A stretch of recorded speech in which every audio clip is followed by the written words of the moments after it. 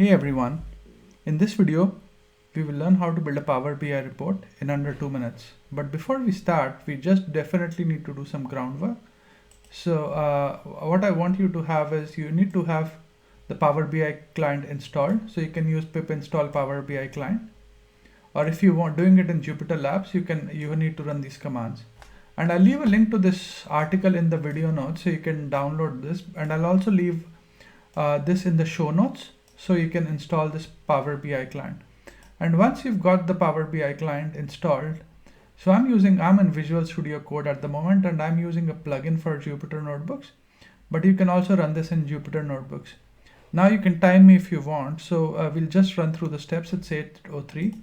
So we've already installed the Power BI client. So I just import the packages here. So I hit Shift Enter and this runs.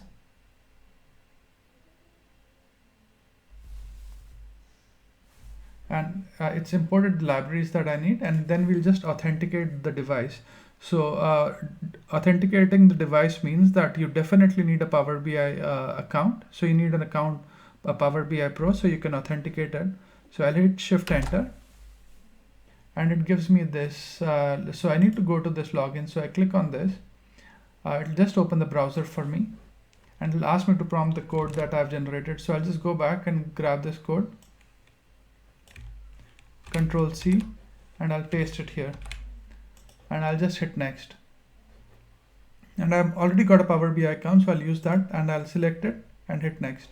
So I've authenticated. So it says, are you trying to sign in? So I'll just continue and it says you have signed in. So my device has been authenticated now. So the next step I need to do is what I'll do is I've got a file, financial sample data, sitting on my device. So I'll just hit that and load that file in.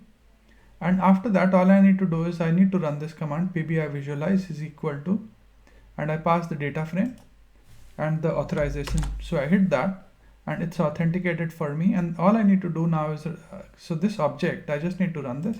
So I'll just hit Shift Enter here. And what it does is it renders the report for me. So we'll just see quickly how easy it is.